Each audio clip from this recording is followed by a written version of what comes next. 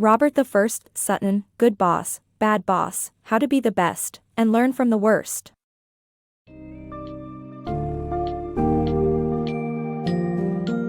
What separates a good boss from a bad boss, and what impact does this have on their workplace? Good Boss, Bad Boss, How to Be the Best, and Learn from the Worst, by Robert the First, Sutton, dives deep into the many crucial aspects of being a great leader and how different behaviors can foster healthy work environments, or contribute to dysfunction and toxicity. The book also explores how to navigate tricky situations and strike a balance between people's well-being and reaching organizational goals. With a plethora of real-life examples of both good and bad bosses, Sutton's insightful guide will offer readers practical advice on how to develop their leadership skills, avoid pitfalls, and become a boss that others will admire and respect.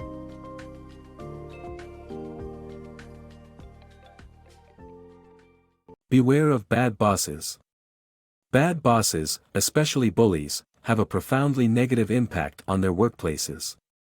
They make their employees sick, more likely to make intentional mistakes or call in sick when they are healthy, and put minimal effort into their work. A 2007 survey of almost 8,000 U.S. adults found that 37% had experienced bullying at work, and of those respondents, 72% suffered abuse from their superiors. In England, researchers tracked 6,000 civil service workers for 20 years and found that those with bosses who were hypercritical, poor listeners, or stingy with praise experienced higher rates of angina, heart attacks, and death from heart diseases. Finnish and Swedish studies have also shown that employees working for bad bosses frequently report feeling angry, stressed out, emotionally numb, depressed, or anxious. Organizations with good bosses enjoy healthier employees, more profitability, and greater employee retention. Remember, a boss can be bad in many ways, and just because you fancy yourself as fair and humane does not mean your employees see it that way. The qualities of a good boss. A good boss strikes the balance between leadership and delegation while possessing grit, caring for employee well-being, and setting achievable goals. Such bosses understand how to balance monetary gains with empathy, treating employees as people and not cogs in an enterprise. Good bosses understand that to oversee their team effectively, they need to strike a balance between micromanagement and delegation. They recognize that their staff is capable, but also know when to step in and provide leadership. Good bosses possess grit, meaning they have the perseverance and passion required to sustain the effort through adversity. This mentality empowers their team to approach work as a marathon, not a sprint. Moreover, good bosses value their team's welfare and prioritize creating a conducive workspace for their employees. They seek to protect their staff from any obstructions that distract or hamper productivity. Good bosses also realize that the path to success is to prioritize both small low-hanging goals and the more arduous long-term goals, helping to keep the team motivated. This vision contributes to segmenting projects into smaller, more achievable steps, which also reduces overall stress and improves the odds of success. A happy workforce is a productive workforce. Good bosses understand the correlation between employee satisfaction, productivity, and profitability and actively work to create a positive work environment. They strive to keep their team members motivated and enthusiastic by delegating tasks that offer opportunities to learn and achieve.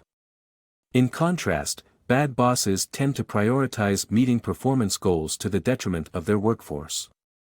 An example of this is partners in a law firm making nearly $1 million a year, whose quest for more billable hours led to burnout and harsh behavior towards others.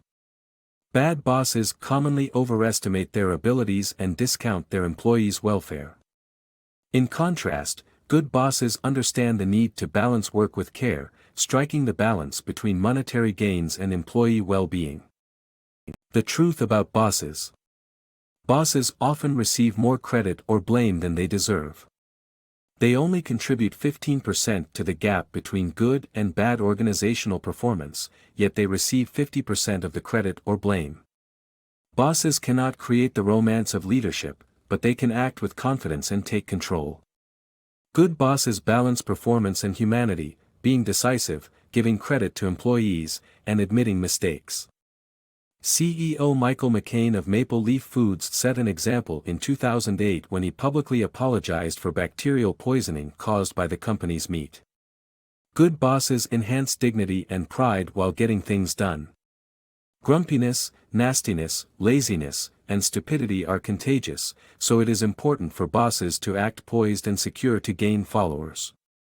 Talking more than others, crossing arms, and standing up while speaking can make a boss appear more authoritative, but these techniques should not be overdone. Becoming a wise boss. Becoming a wise boss requires more than just being intelligent. It entails having the humility to change one's mind, creating an emotionally safe environment that encourages creativity, and knowing how to fight fair.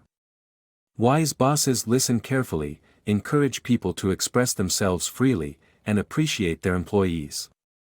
They also accept bad ideas and failures as part of the creative process. In contrast, lousy bosses live in a world of denial, make excuses, and fail to thank their workers. To be a wise boss, one must learn to embrace conflict as a tool for productivity and creativity. Bad bosses and problem staffers. Bad bosses can create a hostile work culture by mismanaging rewards. Incentivizing only implemented ideas instead of novel ideas can compromise creativity and enthusiasm. Negative interactions have a more profound effect than positive interactions, so good bosses must remove damaging employees as soon as possible. These employees could include deadbeats and downers, who are neither hardworking nor optimistic. It is essential to retain positive team players who work well together. Also, it is advisable to identify and steer clear of individuals who view their peers as competition, refuse to share credit, are two-faced and betray their coworkers, negotiate only for themselves, and willfully overlook colleagues. Remember, while great big goals energize people, small wins pave the way to success. Time waster takedown. A good boss can save employee time and productivity by shielding them from time-wasting activities. The most common time-wasting activities include meetings, bureaucracy, micromanaging, email, and paperwork. A useful tactic for bosses is to design new forms or processes to reduce the time spent in evaluations or meetings between employees and superiors. However, it can also be advantageous for employees to respectfully disobey bad bosses or ignore their orders to pursue passions that may lead to great success, as demonstrated by 3M's Richard Drew, who created the company's most successful product, masking tape, while deviating from his assigned role. In short, the path to excellent leadership is about protecting employees, being mindful of time wasting, and keeping the inner jerk in check. Compassionate communication. Delivering bad news. Good bosses understand that making difficult decisions and conveying bad news are crucial aspects of effective management.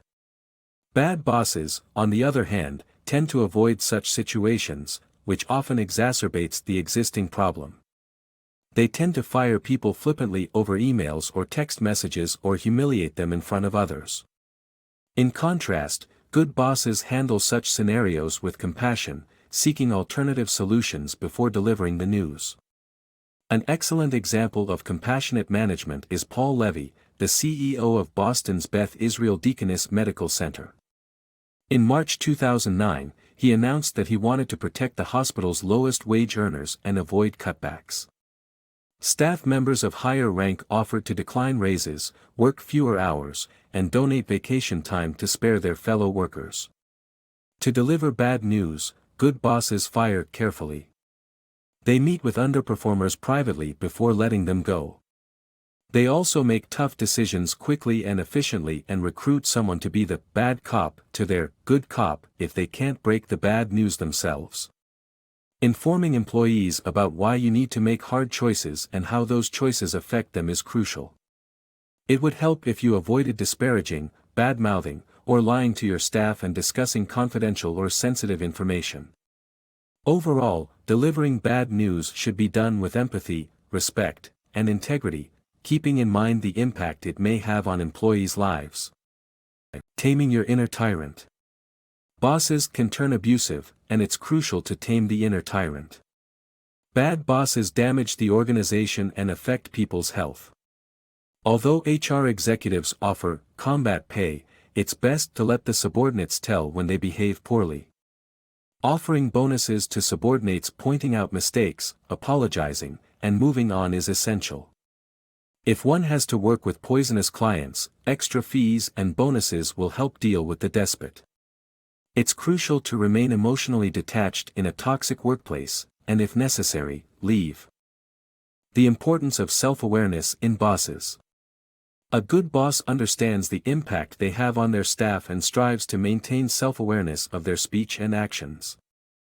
Employees serve as a litmus test for bosses to determine if they are creating a positive work environment. The ultimate goal is for employees to choose to work for their boss again.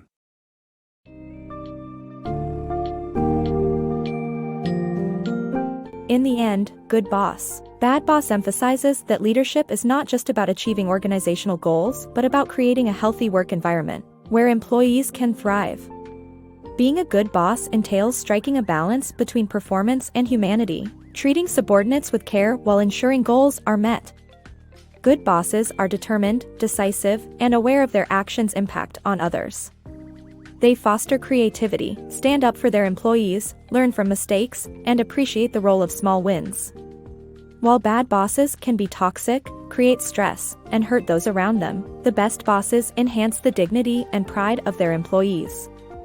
Wise bosses don't just lead, they encourage growth and know how to fight fair and make tough decisions with sensitivity.